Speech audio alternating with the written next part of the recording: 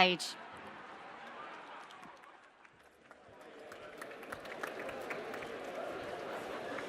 Hi.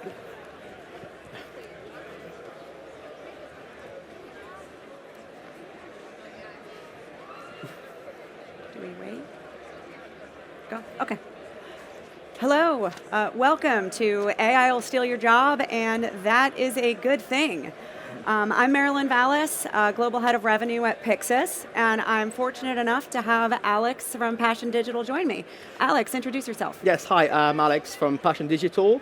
I'm Growth Director there. I've been working in SEO and tech for a long time, and the reason I'm here, well, there's two reasons I'm here, is one, I'm a massive nerd, and secondly, just like you, I don't want to lose my job in the next 2 years, so I thought we'll have a little chat about for that not to happen today.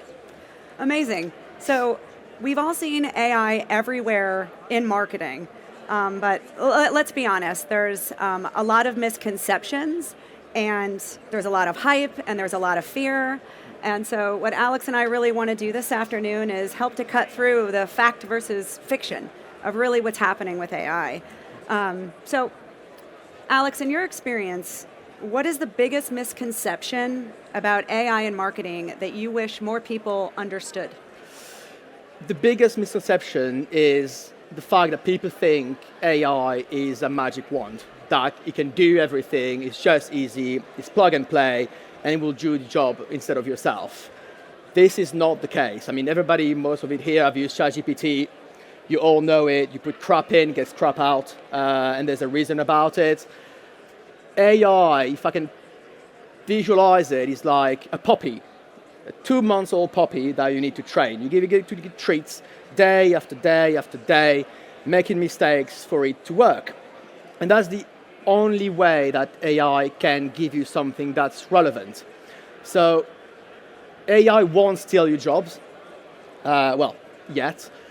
But what you need to think about with AI is don't expect AI to do the job for you, because otherwise the only thing you'll get is the perception of your job, which will be bad because it will spit crap out of it. So you don't want that.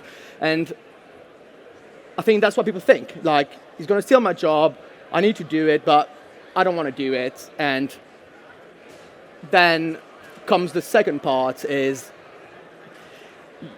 how do you say this? I've lost my train of thought now.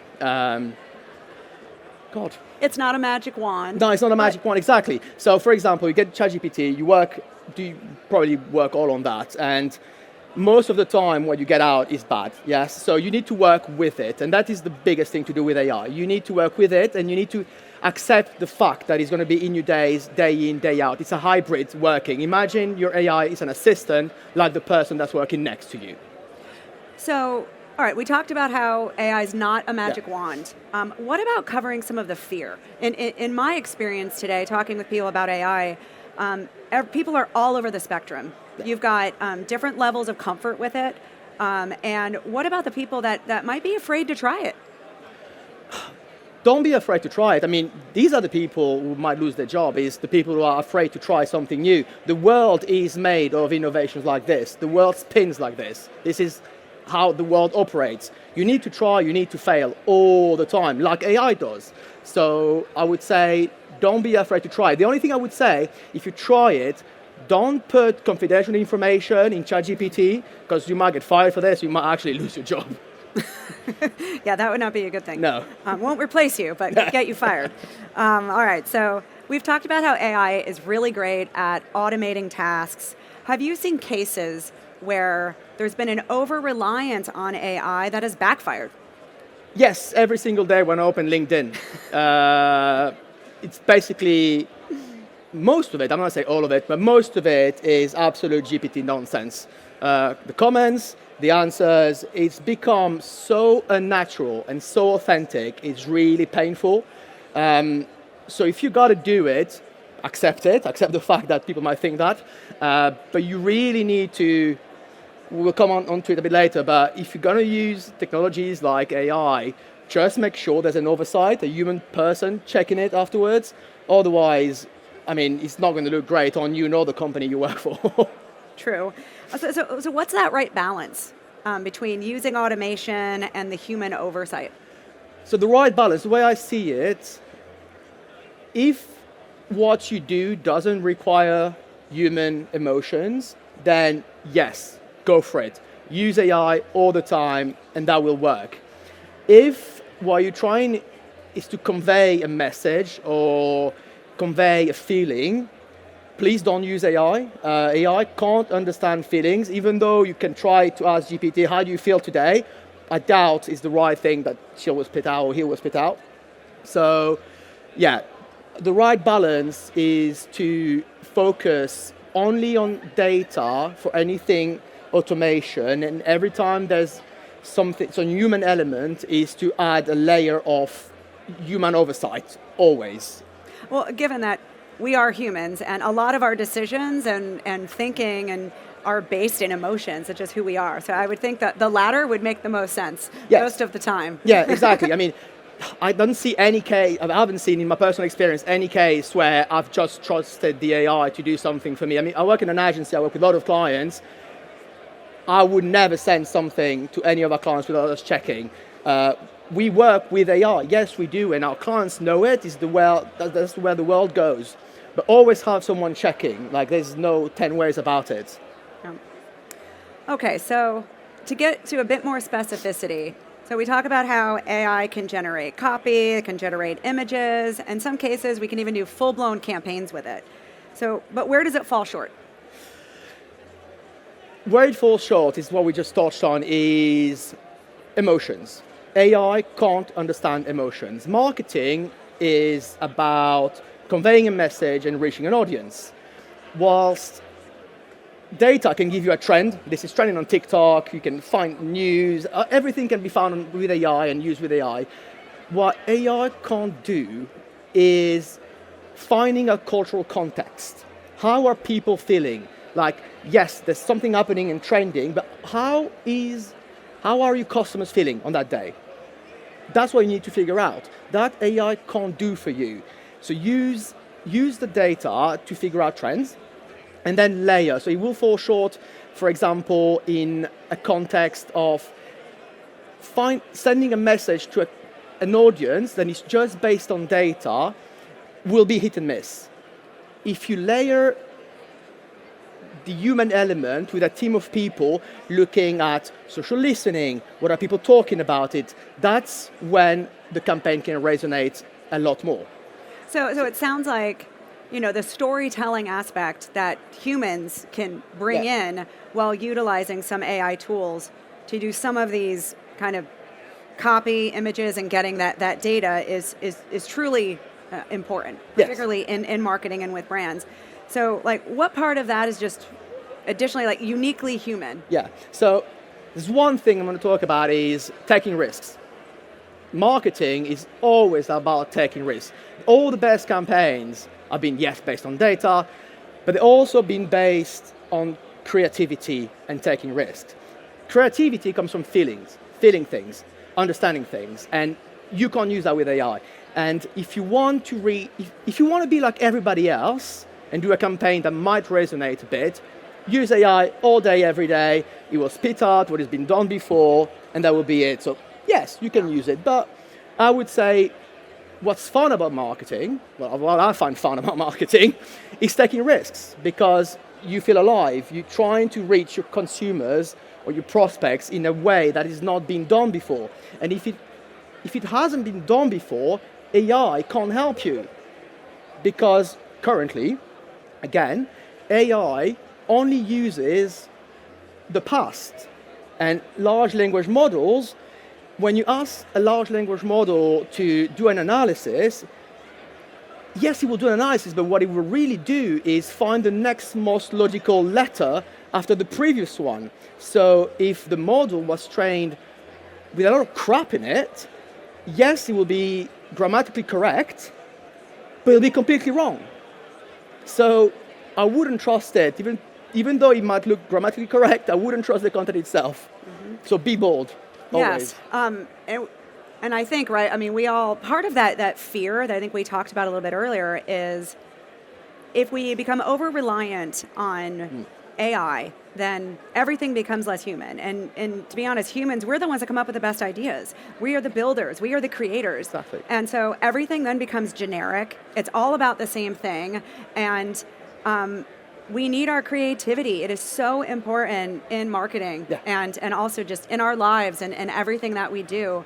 And so we can't train ourselves to be reliant on something that is just not unique. Otherwise, everything is going to end up generic. It's a tool. Exactly. It's just a tool. A tool. Exactly. So I've heard people say, right, AI will not take your job, but the people that use it will. Right? Yeah. So, like, what's the one thing that marketers should really concentrate on to be able to stay ahead? Like what you just said is exactly that. I mean, there's many marketeers probably here. We all have lower budgets every quarter, and weirdly, we all have bigger targets. It's always like that. It's been going on for the history of marketing, and it's not going to change. So if you don't use AI, and I'm not saying using AI to create a whole-blown campaign, but if you're not using AI in your day-to-day to help all the crap work that you need to do, you won't be competitive because it's about input and output. That's the marketing budget. That's what we need to do. So we, as agencies, as creatives, as creators, as tech companies, we need to work and need to be paid for what we do best, is create, innovate, think, analyze in a creative way. Like spending all the time doing menial tasks, repetitive tasks, is pointless. And it's always been pointless, but now we have a tool to do it. So the one thing I would say, if you want to get ahead, a very practical thing is come in on Monday, do your week's work, finish on a Friday, and audit your workflows. Everything you've done that week, put a note to it. I've sent emails, I've done briefs, I've done that, and note everything that has been or note automated. the things that you don't like doing. Exactly. We all have aspects of our job that just seem tedious that we don't really want to do. Exactly. Even some of that. Exactly. Note everything on a piece of paper, and then put does need human connection, doesn't need human connection, doesn't need output, doesn't. And at the end of the week, say, okay, cool. Well, 50% of what I do doesn't need any human interaction. Great. Why am I spending so much time doing this? Because actually, I don't like doing it. Can I find a better way? Yeah, absolutely. So if there was sort of one marketing skill that will never, ever be replaced by AI or another machine, what would you say that would be and why? For me, it's the human connection. Marketing, and what I tell my team, I tell everyone I know in marketing, marketing is about people. Is people for people. It's never been otherwise. We're trying to sell products or services to other people, and that won't change. You can have all the data in the world. If you don't resonate, if your brand doesn't resonate with your consumer and your audience, and it's getting harder as well, because now they want cheap prices, but you need to be authentic. You need to be consistent. You need to save the planet.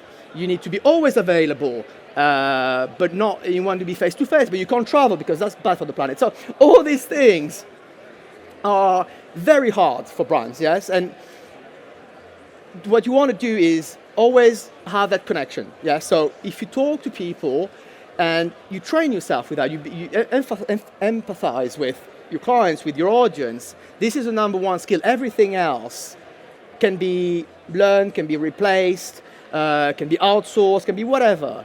But the relationship you have with your audience, whether it's a small segment or a big segment, whether in B2B or in B2C, is the one skill that will always remain in what we do. And it's been like that since the start of marketing, and until marketing dies, it's going to be like this. Yeah, I don't think marketing will die. No, right? exactly. Someone's always going to be selling someone and looking for a buyer. Exactly. So, all right. Well, one thing our conversation has made clear this afternoon is that AI is not here to replace marketers, but it's really here to make us faster, better, and absolutely more strategic. And so as all of you head back to your teams, maybe just think about where AI can help you get rid of inefficiencies and help your team and yourself spend time on what truly matters to drive your businesses. and to just understand and continue to focus on those emotional connections, because if you have more time to do that, we're all just going to do a better job at it. Exactly. So a huge thank you to Alex. And don't be afraid to fail. No, fail no, often. fail. Fail often. It's true. Try new things all the time. It's the only way you progress. That's how great things are made. Absolutely. So a huge thank you to Alex. Thank you to all of you for joining us today. And feel free to connect with us afterwards for any questions, and enjoy the rest of MadFest. Thank you.